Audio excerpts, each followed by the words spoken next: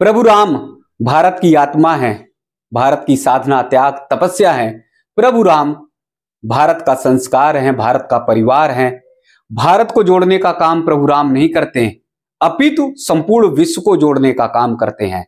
जिस तरह से 22 जनवरी को प्रभु राम रामलला के रूप में अपने भव्य भवन में विराजमान हुए तो ऐसा लग रहा था कि पूरी दुनिया राममय हो गई है, पूरी दुनिया में राम का डंका बज रहा है, यानी पूरी दुनिया को राम जोड़ने का काम करते हैं।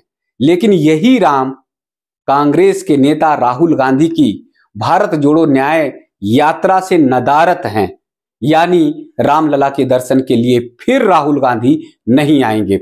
एक बार उन्हें मौका मिला, 22 जनवरी को निमंत्रण दिया गया, लेकिन वो निमंत्रण अस्वीकार कर दिया गया।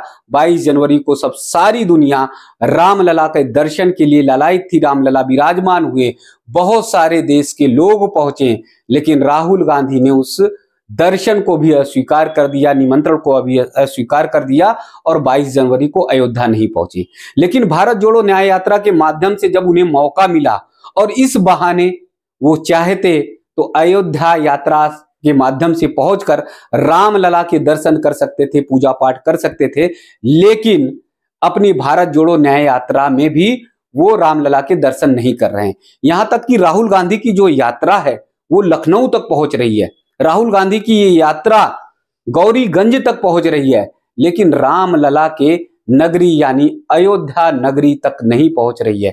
16 फरवरी को राहुल गांधी की यात्रा चंदौली से यूपी में प्रवेश कर जाएगी, वो बनारस पहुंचेंगे, यूपी के तमाम और जिलों में पहुंचेंगे, लेकिन अयोध्या वो नहीं पहुंच रहे हैं। जिस तरह से कांग्रेस का इतिहास रहा है, जिस तरह से प्रभु राम को कांग्रेस नकारती रही है, जिस तरह से कांग्रेस ने प्रभु राम को काल्पनिक कहा, राम सेतु को तोड़ने तक की बात चली, जिस तरह से कांग्रेस ने राम मंदिर मुद्दे को लटकाने की कोशिश की, उसको देखते हुए साफ तौर पर पता चलता है कि कांग्रेस के नेता यानी राहुल गांधी खासकर राम भक्त तो कभी नहीं हो सकते। हालांकि जब रामलला विराजमान हो रहे थे तो कांग्रेसियों ने चिल्लाना शुरू कर दिया, क्योंकि पूरा जनमानस राममय हो रहा था, तो वो भी कह रहे थे कि वो भी राम भक्त हैं। लेकिन इसके बावजूद राहुल गांधी रामलला के दर्शन करने के लिए नहीं आते। राहुल गांधी की यात्रा यूपी के तमाम स्थानों पर जाएगी, लेकिन अयोध्या नहीं आएगी।